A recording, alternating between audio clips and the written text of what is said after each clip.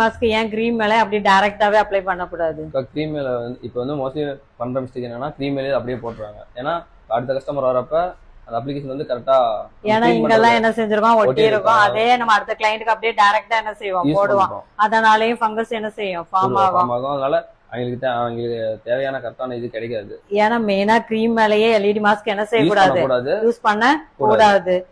LED mask try ஸ்கின்ல தான் போடணும். என்னது போட்டு தான் போடணும், sheet mask. Try sheet mask போட்டுட்டு தான் என்ன செய்யணும், போடணும். மெயினா என்ன யூஸ் பண்ணணும், ஐபேட் யூஸ் பண்ணணும்.